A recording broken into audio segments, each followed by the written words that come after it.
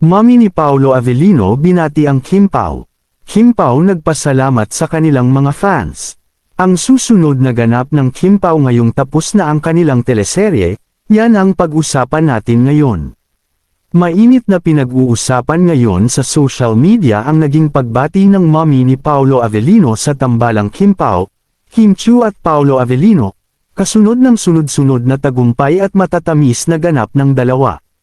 Labis naman ang pasasalamat ni Kim at Paolo sa kanilang mga tapat na tagahanga o ang tinaguriang Kim Paulandek, Kim Paunatex dahil sa walang sawang pagmamahal at pagboto sa kanila sa mga prestihiyosong parangal. Mga detalye sa pasasalamat ng Kim Pao.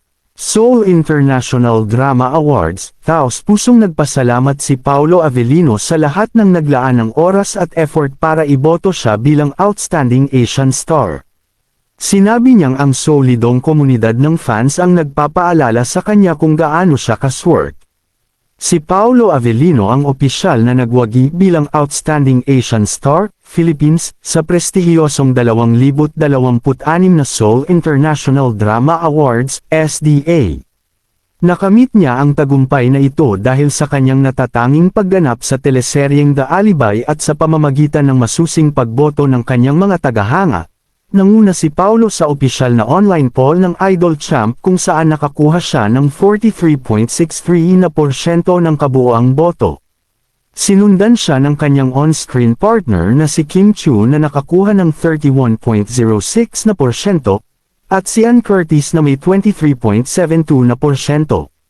Sa pamamagitan ng panalong ito, opisyal nang dadalo si Paolo sa gaganaping award ceremony sa Seoul, South Korea ngayong dumarating na ika-8 ng Oktubre taong 2026.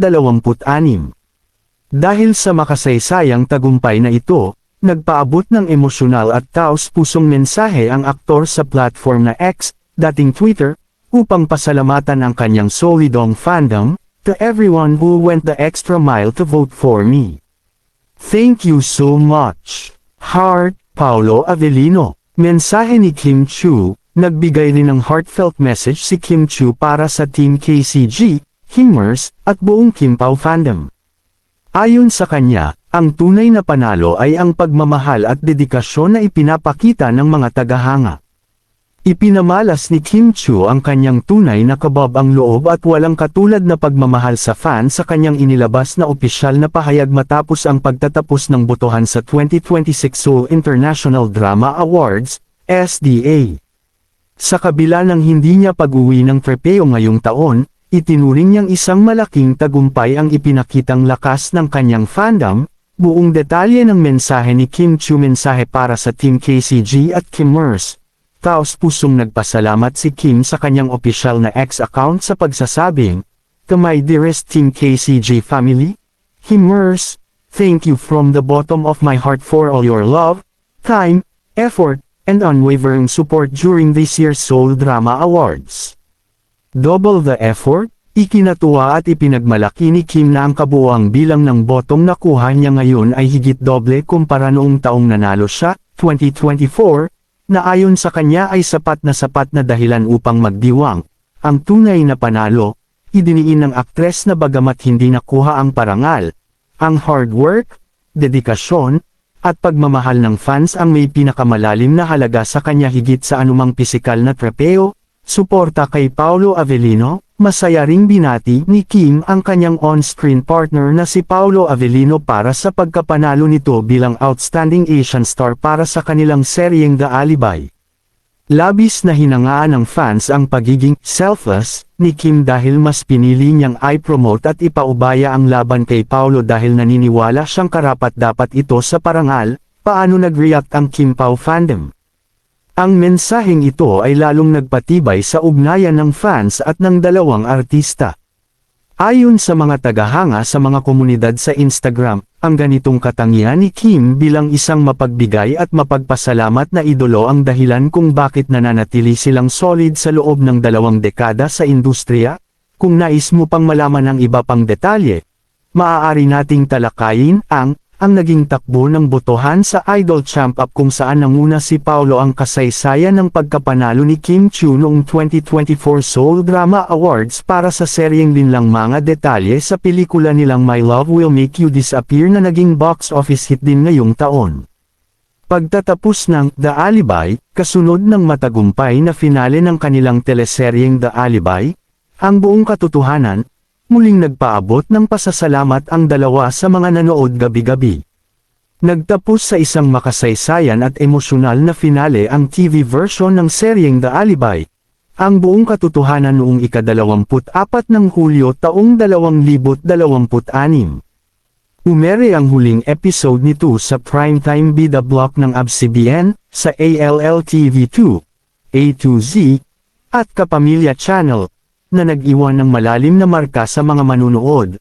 Dahil sa mainit na pagtanggap gabi-gabi, muling nagpaabot ng kanilang pasasalamat ang tambalang Kim Pao sa buong sambayanan. Ang unexpected ending sa Canada director si Paolo, ibinahagi ni Kim Chiu na ang mga huling eksena ng finale ay kinunan pa sa Canada. Sorpresa ring inihayag na mismong si Paolo Avellino ang nagdirect sa partikular na tagpong ito.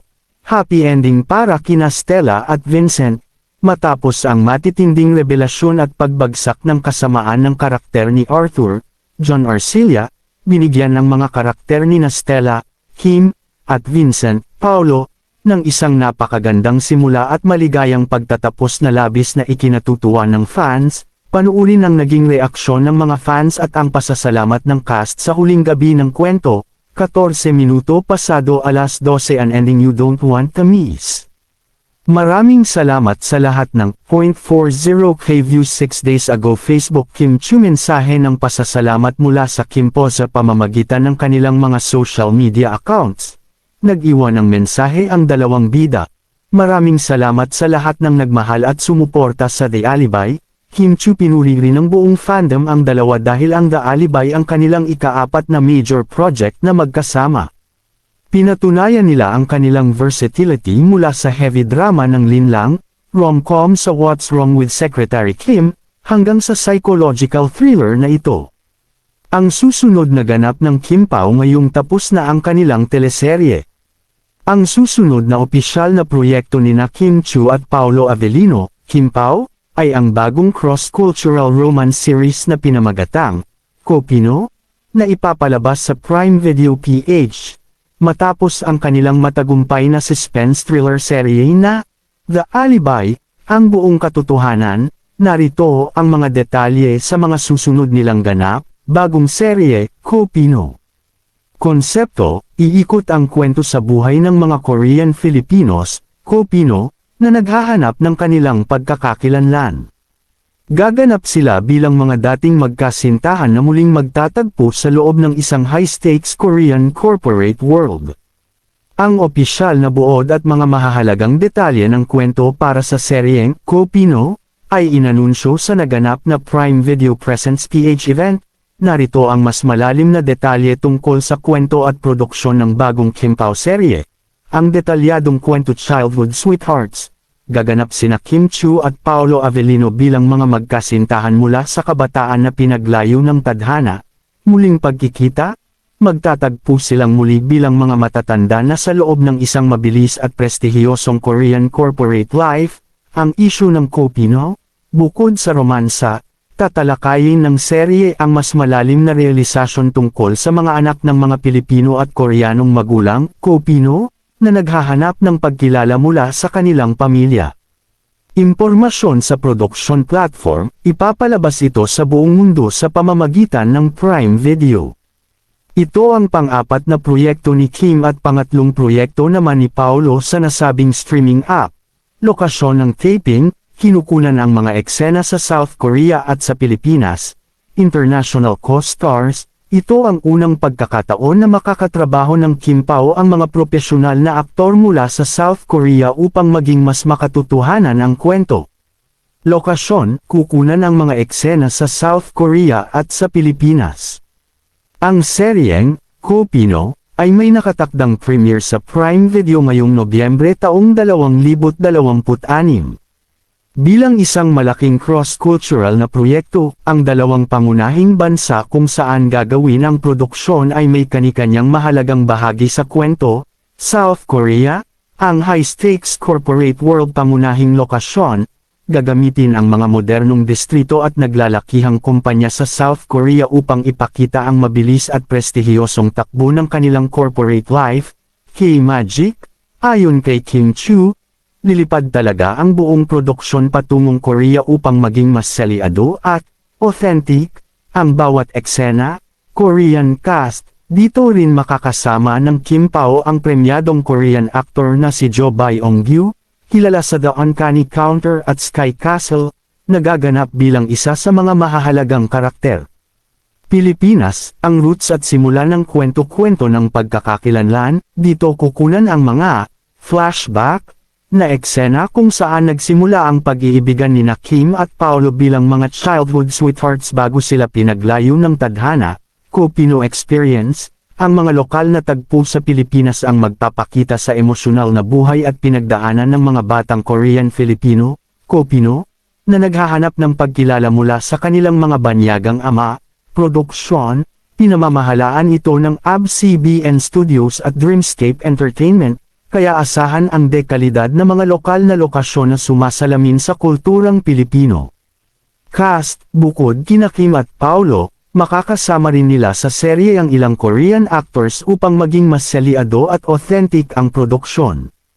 Ang sikat na Korean actor na si Jo Byung-gyu, nakilala sa kanyang mga patok na K-drama tulad ng Sky Castle at The Uncanny Counter, ang opisyal na makakasama ng Kim Pao sa seryeng Ko-Pino. Narito ang iba pang detalye tungkol sa kanyang pagganap at ang magiging dinamika ng cast, ang paglahok ni Jo Byung-gyu pangganahing karakter. Kasama siya sa pangunahing cast, main trio, nina Kim Chu at Paolo Avellino, na magdadala ng matinding tensyon at emosyon sa kwento.